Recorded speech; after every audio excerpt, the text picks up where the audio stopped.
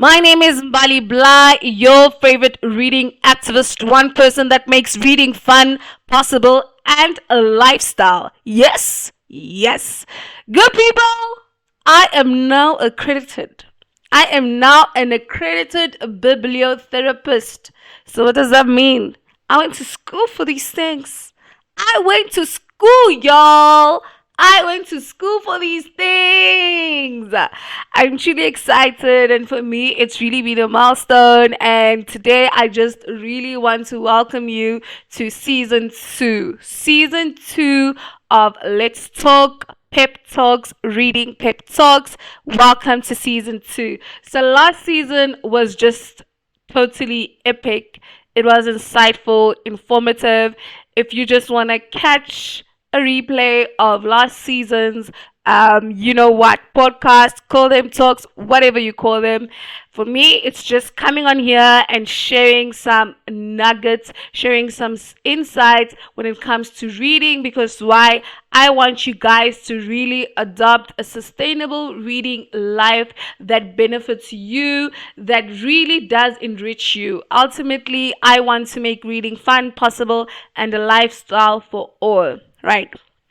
With that being said, today I want to debunk. So, one of the things that I do on this specific chat is really to debunk a lot of myths around reading, because there is a lot of myths, guys. Like, yo, some of the things that I hear in these streets when it comes to reading just gets me all up in my feelings.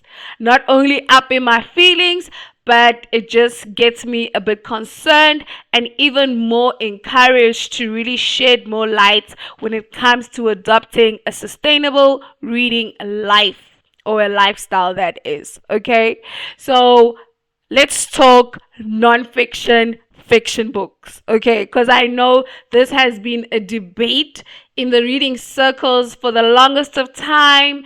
People say, you know what, I'm not interested when it comes to reading, or I am more someone who's into fiction books, I am into self-help books, etc., etc., and the list goes on, right? And people who are somewhat into fiction books, they tend to think, I'm what they tend to have specific views or perceptions about people who are just into self-help books or non-fiction books, and vis-a-vis. So today I just want to unpack some of the benefits of both, right? So if you are someone who loves nonfiction or self-help books, then what are some of the benefits of you reading those books, and what are some of the cons as well? Because I am going to touch on both. So I just really want to unpack on that, and I'm just going to flow, I'm going to flow and just go with the flow, in all true honesty. So yeah, let's start with fiction. Right, let's start with fiction, right? Firstly, fiction books. One thing that I love about fiction books is that it really does help you build a lot of, empathy and understanding. And this is because fiction books often, really just help you explore people's experiences, the emotions. It just really helps you to develop empathy and a better understanding of diverse perspectives and cultures. So that's number one. That's the first benefit of reading a fiction book. It just expands your thinking in terms of the way people possibly live, or it just expands your thinking in terms of understanding people's perspective, their cultures. You get to really walk a journey with that specific character in the book, which that is really awesome. And secondly, with fiction books, the other benefit is that it reduces stress, guys. And I would know, because I am a bibliotherapist, an accredited one, that is, guys, you must just throw that in. But I'm not practicing yet. I'm just an accredited bibliotherapist, not just like I'm officially an accredited bibliotherapist. I'm not practicing yet. I just don't have the time. However, if you do think you need my services for whatsoever reason, if it's urgent, I'll see how best I can make do. But I'm not practicing at this stage.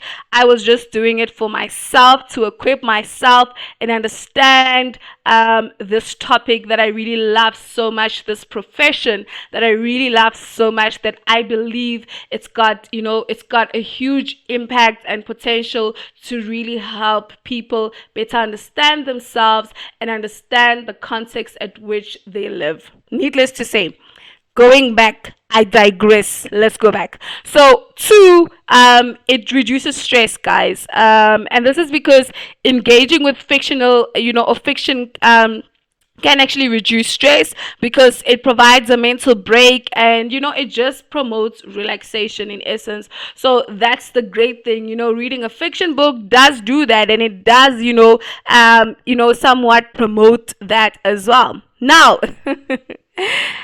what are the no-nos or the cons? Like, you are reading fiction books, and this one I've heard people say so much. Like, it says, it's firstly, number one, it's time consuming.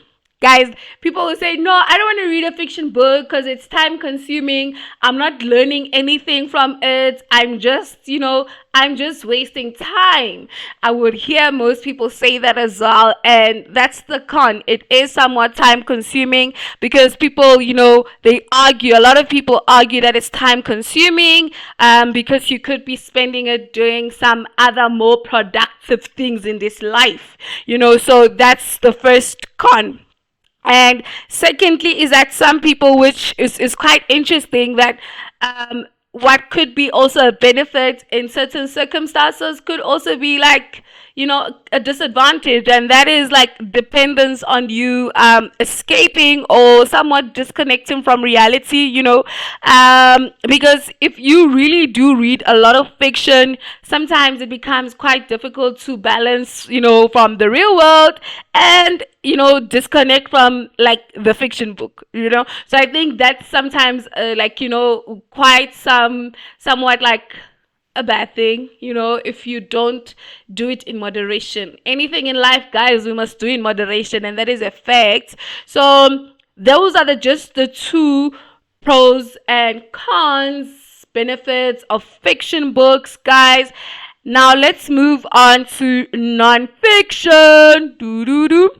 Number one, with fiction books, and I think this is like, a given, fiction books, they help you for personal growth, guys. If you read fiction books, 5 steps, 10 steps, all these principles, man, you are definitely going to learn key principles on how to really, how to deal with certain things. And I think that is one of the best positives, right? And in the same breath, which takes me to number two, is that it also helps you to solve specific problems, which is what I just touched on right now.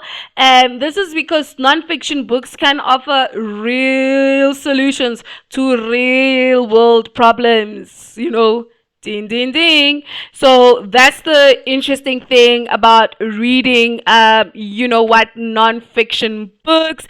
And also, it helps you to be a critical thinker. This is like a bonus. I'm just putting a bonus there. It helps you to be a critical thinker. Okay, so now let's move on to some of the cons of non-fiction books. One is that sometimes it could be somewhat information overloading, if there is such a term. So what do I mean by that is that in today's information, or in today's world where we are inundated with information, man, like reading non-fiction can sometimes feel overwhelming, and it could lead to lack of focus, because now you're reading all of this information and you're thinking, when are you going to start executing it? Are you even going to be able to execute it? And I think it's really to look into that, which is a con. And also in the same breath is to say there is some lack of creativity, right?